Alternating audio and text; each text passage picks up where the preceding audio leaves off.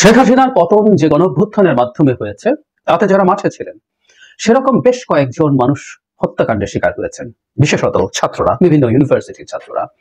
সংখ্যাটা এখন পর্যন্ত আমার সামনে 7-8-এর মতো একটা সংখ্যা দেখছি আমরা, কিন্তু এটা যদি তার চেয়ে কম হয়, তার অর্ধেকও যদি হয়, 4 জন বা 5 জন এই কারণে যদি হত্যাকাণ্ডের শিকার হন, এটা অত্যন্ত গুরুত্বপূর্ণ একটা ঘটনা। এটা নিয়ে আমাদের সিরিয়াসলি ভাবা দরকার আছে। আবার এটাকে নিয়ে আবার আমরা কি অনেক বেশি ভীত হব, সেটাও আমাদের মাথায় রাখতে হবে। এট দ্য সেম টাইম, ঘটনাটা কারা ঘটাচ্ছে? এটা কি শুধুমাত্র আওয়ামী লীগ করছে, কিংবা শুধুমাত্র ভারত করছে, নাকি উভয়ের যৌথ প্রযোজনায় হচ্ছে? সবকিছু বুঝে দেখার চেষ্টা করি আমরা।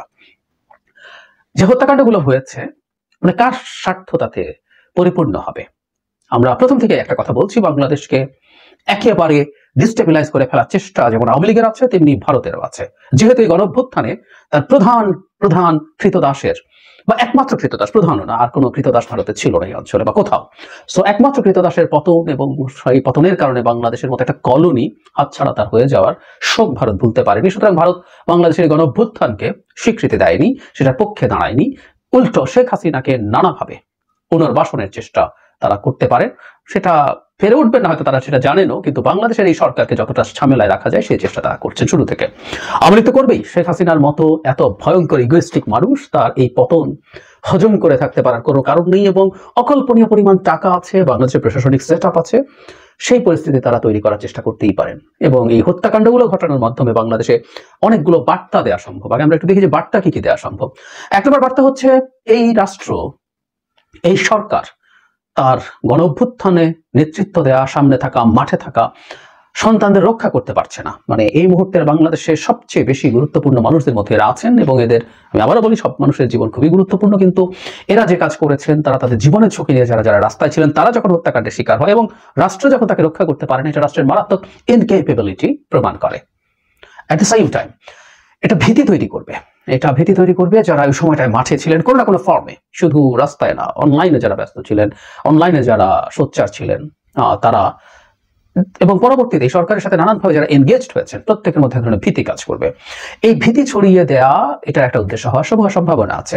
4-5 জনও যদি হয়, এই সংখ্যাটা অনেক বেশি হতে হবে না, অল্প কিছু আরো যদি একইভাবে ঘটানো সম্ভব হয়, তাহলে এটা সত্যিকার অর্থে একটা ভীতিকর বার্তা তুলে দেবে শেখ হাসিনার বিরুদ্ধে যারা কোনো না কোনো সময় দাঁড়িয়েছিলেন এবং এখন তার বিরুদ্ধে যারা আছেন। ফলে এই ভীতিটার কারণেই তাদের বিরোধিতা কমে আসবে, এবং অনেকে আমরা কথা বলতে ভয় পাবো। যারা অপিনিয়ন মেক করেন, যারা রাস্তায় থাকেন, প্রত্যেকে ভয় পাবেন। যেমন একটা উদাহরণ দিই, যে আওয়ামী লীগের বিচার নিয়ে দেখা যাবে অনেকে তখন আর সোচ্চার হয়ে উঠবেন। আওয়ামী লীগের লোকজন যে বহৎস অপরাধ করেছে, তাদের মাথায় তখন ঘুরতে পারে, আমরা যদি অনেক সোচ্চার থাকি তাহলে আমরা হত্যাকাণ্ডের শিকার হতে পারি। এবং শুধু এটা যারা আলোচনা করছেন তারা না, যারা এই প্রসিডিয়ারের সাথে জড়িত আছেন তারা ভয় পাবেন।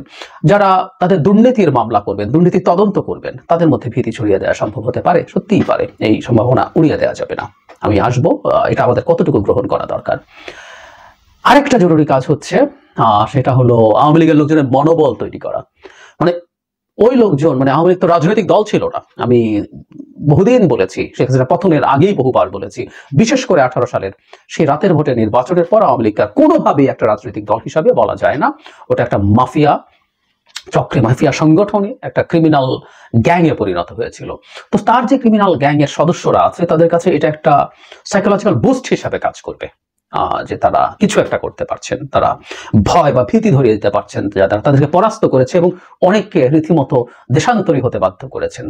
তো এই সাহসটা তাকে আরো বেশি মাঠে থাকায় অনুপ্রাণিত করতে পারে। এবং আমরা দেখব বিদেশে বসে কেউ বাংলাদেশে এইরকম গুপ্ত হত্যা, টার্গেটেড কিলিং এর স্পষ্ট প্রকাশ্য হুমকি দিয়েছেন, এবং তাদের কালেমা জয় বাংলা কালেমা বলে, এটা তাদের নাকি কলেমা, এটা পড়ে টার্গেটেড কিলিং করতে হবে। স্পষ্টভাবে ছাত্রলীগ এর সাবেক, নিষিদ্ধ ছাত্রলীগের, আমরা এভাবে বলবো, সাবেক সভাপতির প্রেজেন্সে এই ধরনের বক্তব্য করা হয়েছে। এবং আমি জানি যে তারা এটা মুখে এইভাবে বলুক না বলুক, তারা এটা করতেই পারে, তারা এটা করবে, এবং মুখে বলতে তারা কোনো রকম কেয়ার করছে না।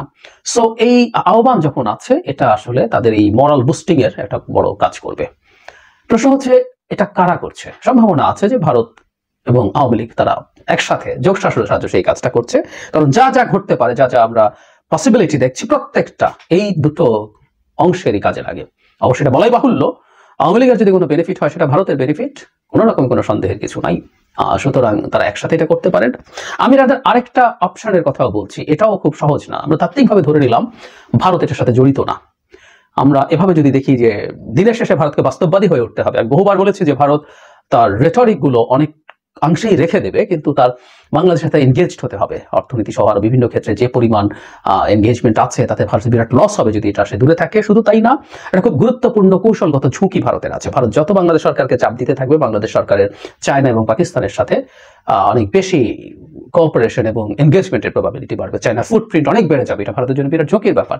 সো ভারত যদি শেখ হাসিনার কাছ থেকে এবং আমেরিকার কাছ থেকে বেশ খানিকটা সরে আসেন, এটা শেখ হাসিনাকে প্রলুব্ধ করতে পারে যে সে কিছু করার হ্যাডাম রাখেন তিনি, সেটা দেখানোর জন্য। সেটা একেবারে তার সেই সিদ্ধান্তে হতে পারে। আপাদমস্তক একজন সাইকোপ্যাথ, তার জন্য এই ধরনের সিদ্ধান্ত নেওয়া একেবারেই কোনো ব্যাপার না।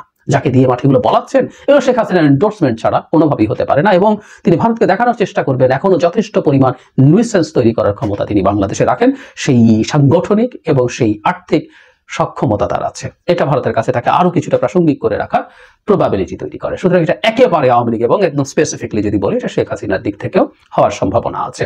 এতে তারা কতটুকু সফল হবেন সেটা তারা তাদের জায়গায় তারা বাজি ধরবেন, কিন্তু এই সফল যদি তারা আখেরে নাও হয়ে ওঠেন, তারা যদি পারেন এই ধরনের বেশ কিছু হত্যাকাণ্ড ঘটাতে, তাদের হার্ট হওয়া ইগো, যে বিভৎস ইগোসেন্ট্রিক মানুষ, এই সাইকোপ্যাথদের এগুলো হবেই, সেটা কিছুটা হলেও শান্তি পাবে যে তারা এরকম হত্যা করতে পেরেছেন এবং এরকম ঘটনা তারা আরো ঘটাতে পারেন।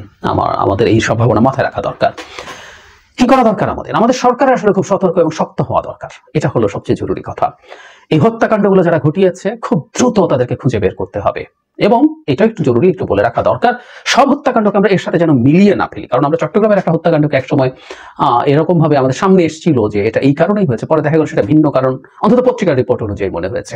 সো এটা একটু আলাদা করে ফেলা ভালো। আমরা যেন এটা না করি যে আওয়ামী লীগকে দোষারোপ করতে গিয়ে মানে যারা এই মুভমেন্টে ছিলেন তারা অন্য কোনো কারণে হত্যাকাণ্ডের শিকার হতে পারে, সেটাকে আমরা এটার সাথে জড়িত করে ফেলান যেন না করি। কারণ এই সংখ্যাটা যত বড়, আওয়ামী লীগ অনেক হত্যা করতে পেরেছে, অনেক হত্যা করার সক্ষমতা তার আছে, এটা কিন্তু আওয়ামী লীগের ন্যারেটিভকে সাপোর্ট করে।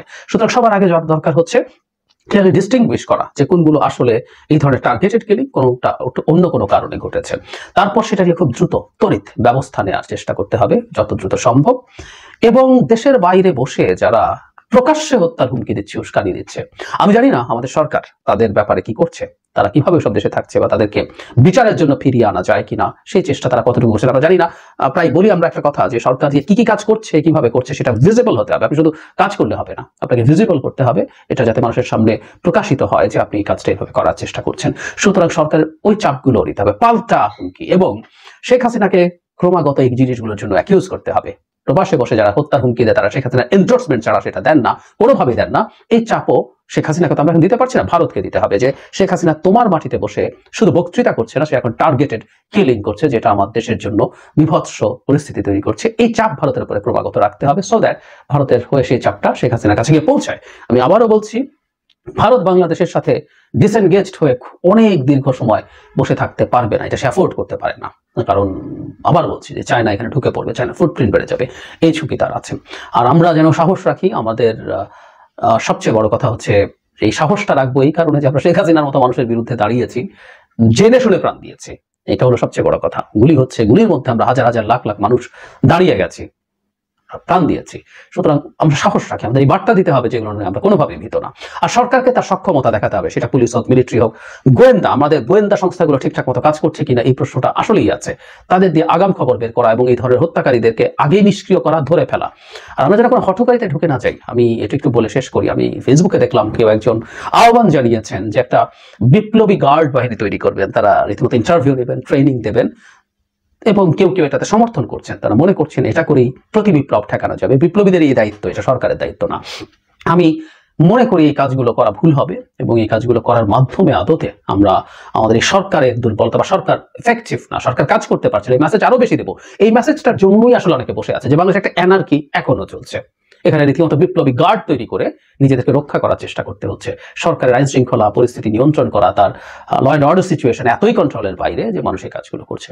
আমরা এই কাজটা করা ভুল হবে, ঠিক হবে না। তবে এটাও সত্য, সরকার যদি তার সক্ষমতা দেখাতে না পারে, দিনের শেষে মানুষ নানা রকম কাজ করার চেষ্টা করতে পারে।